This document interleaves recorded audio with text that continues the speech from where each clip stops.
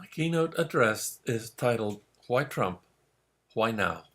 A political analysis based on cybernetics and chaos theory.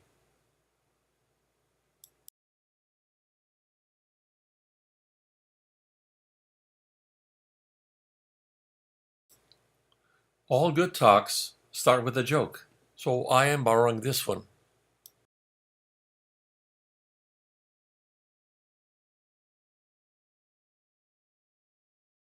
At the end, this one will become relevant, believe me.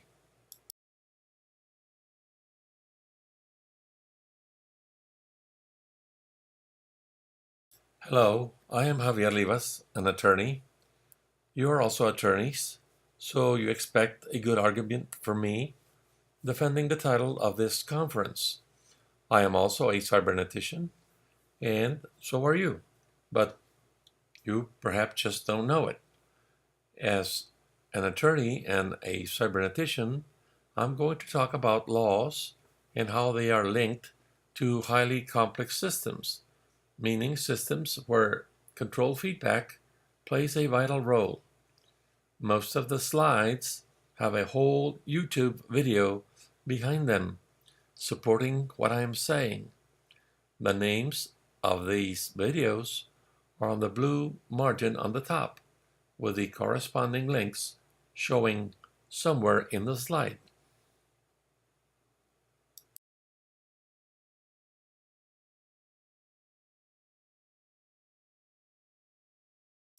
This is a map of the science of cybernetics that I call the science of interconnectedness. All systems having to do with information fit here. Also, those having to do with computers. And anything that has a purpose is studied by cybernetics. So, living systems, organizations, social systems, all of them are part of cybernetics. Cybernetics also gets involved with philosophy and mathematics. I will show you where we as attorneys belong. Here is neuroscience on the left and law over here as part of management cybernetics, which deals with complex organizations such as the nation state.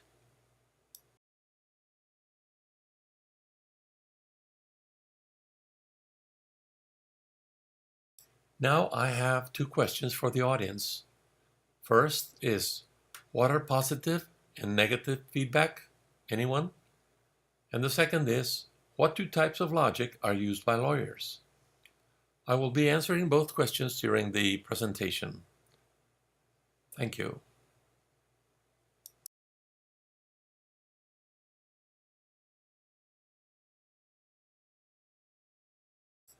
We live in a world of highly complex systems. They run themselves.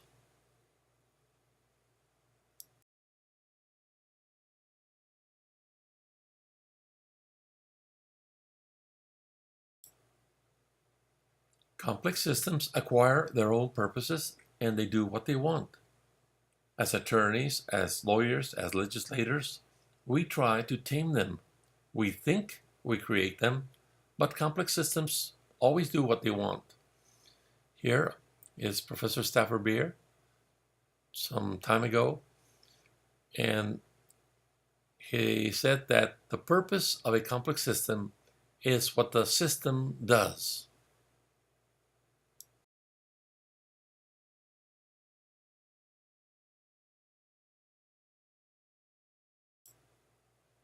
Here are some examples of complex systems. First of all, the nation state.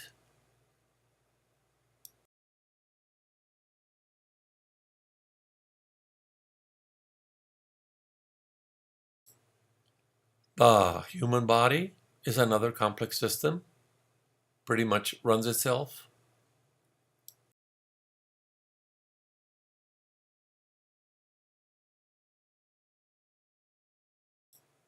Large corporations, such as Apple Computers, are highly complex systems.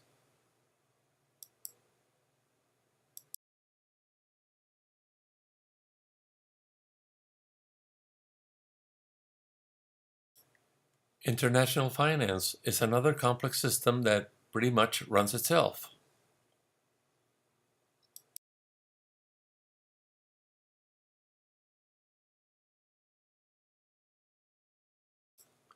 In mid-December 1994, John Langton, shown here, of the Santa Fe Institute, where complex systems are studied, once drew this picture for me.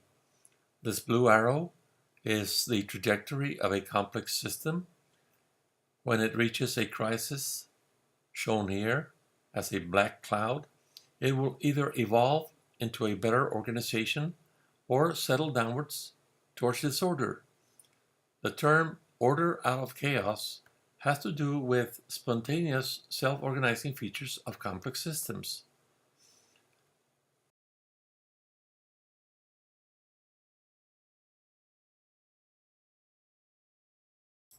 The Founding Fathers created the United States by signing the Constitution in the name of We the People.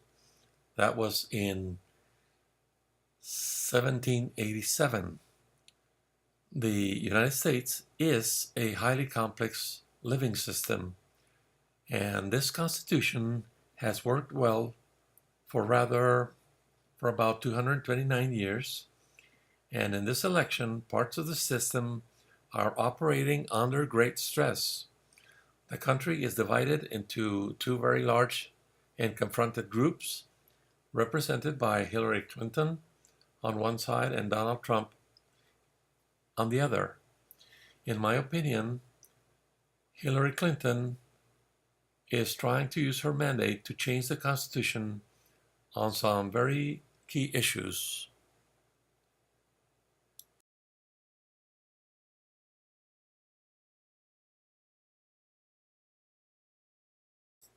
Let me explain how these key changes could be realized.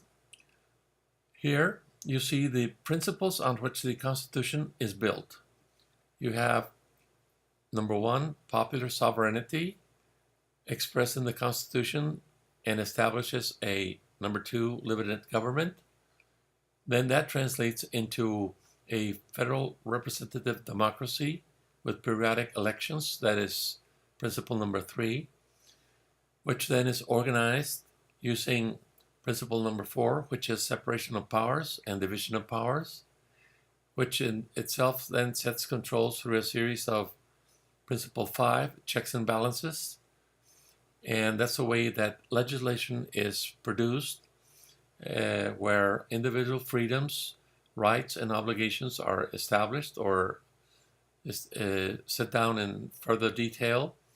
And then you have two corrective feedback loops, one which is the sixth principle called judicial review, and then you have elections on the right, showing an error correction feedback loop linked directly to the representative democracy.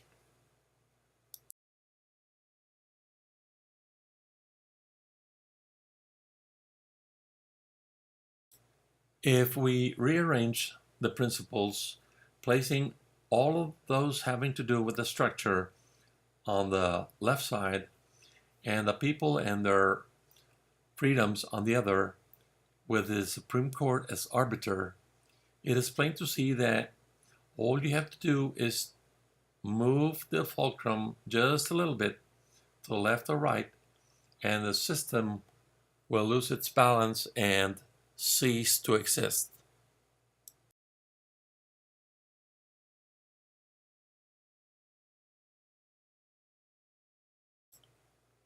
The only thing we can be 100% certain about the outcome of the election is that Hillary's appointees, according to what she said in the third debate, will be pro-abortion judges, liberals, and I think this is a major oscillation that could break the system. On the other hand, Trump's Supreme Court changes by repealing Roe v. Wade would only send abortion back to the state legislature, not a major perturbation.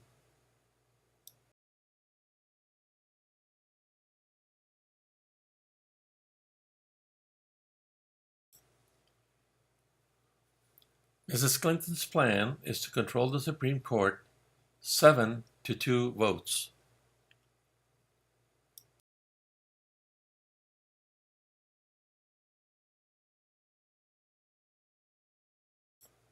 Like this, with new young justices, which can last anywhere from 20 to 30 years.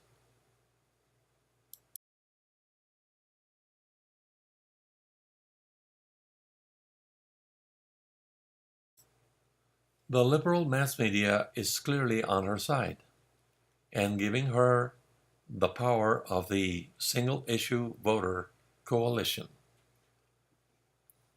These are voters who are pro-abortion, favor gays, lesbian community. They are blacks against policemen, Latino immigrants, drug users, and they've been creating sanctuary cities and sanctuary counties.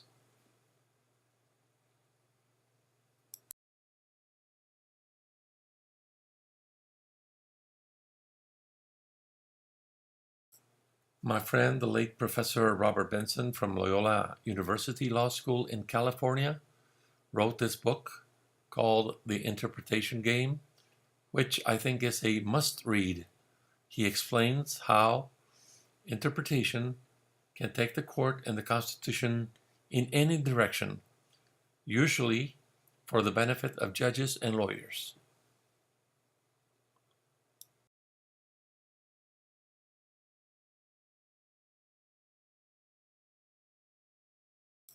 So here is the first application of chaos theory. Call it the domino effect or the butterfly effect. If the conditions are right, a butterfly can provoke a tornado hundreds of miles away. This is a metaphor for the power of self-organizing systems.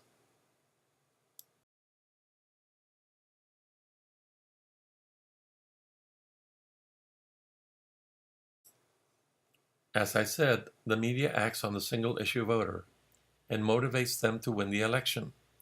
They do not care about other issues, but their own short-sighted needs.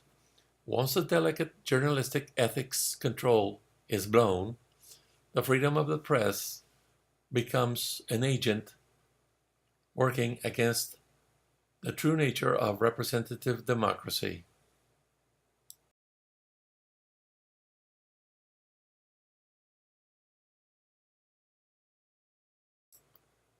Once the election is won, the court is taken over. It is the electoral prize.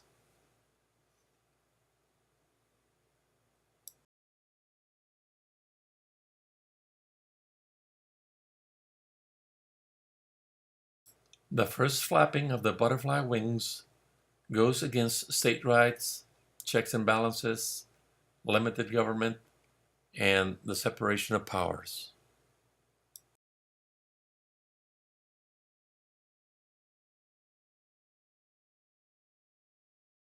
Here is a second flapping of the butterfly's wings. Without any legal controls to prevent it, low ethical standards create a copy of Mexico's government that looks constitutional, but it is not. The court can now go and create mayhem with individual rights and freedoms.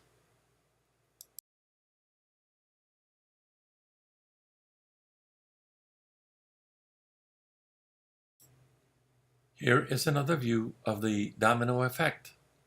You have freedom of the press, single-issue voters going down, representative democracy, judicial review, separation of powers, checks and balances, state rights, limited government, Second Amendment, religious freedoms.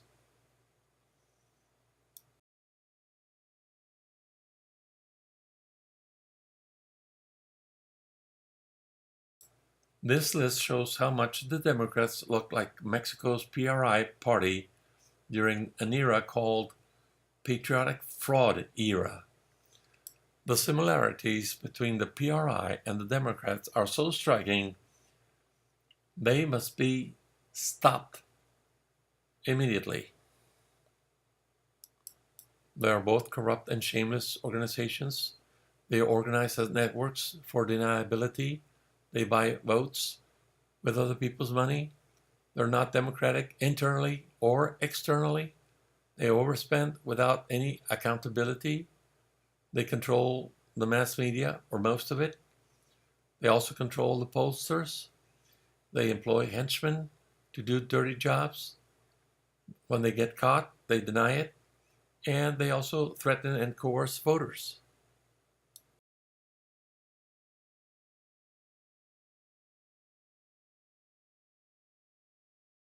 Now let's take a look at chaos theory, the science of surprise, working for Donald Trump.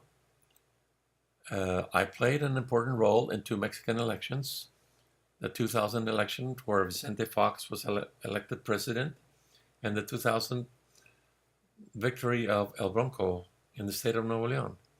Here are the commonalities I have listed between the three candidates: Mr. Vicente Fox, Mr. Rodriguez, and now Donald Trump. A really fast read of the left-hand column shows the same thing going on in all cases.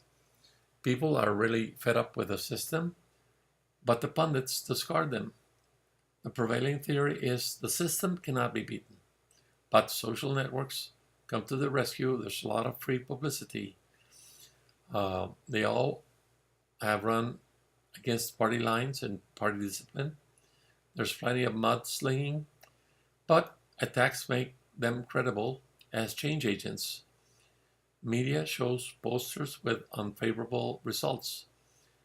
Opposition is detected trying to commit voter fraud, and there's a huge amount of desertion against the candidates from their own party. And last but not least, victory always comes as a surprise. You can stop and look at the details if you want to.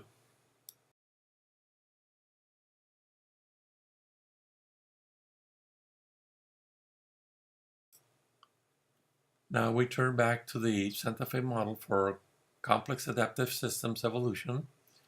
If Trump wins, then you have change on the top right, or you have status quo on the bottom right.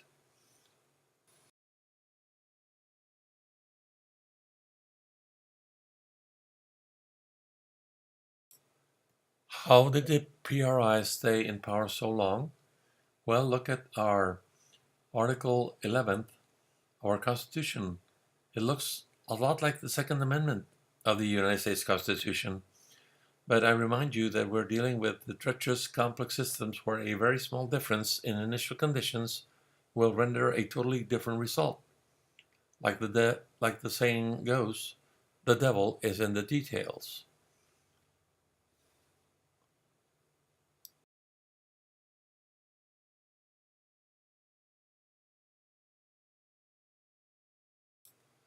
The fine print of our constitutional right to bear arms in Mexico gave us Michoacan and the autodefensas and thousands of people being killed by narco traffickers. All of this captured by the documentary called Cartel Land. By the way, I served as an attorney for Mr. Mireles, still in prison.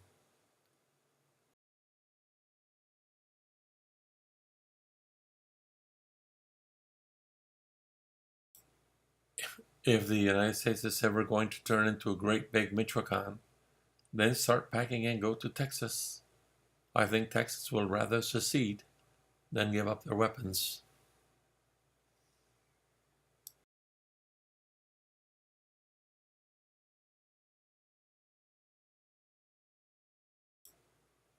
We come back full circle to the joke on the initial slide. Thank you very much.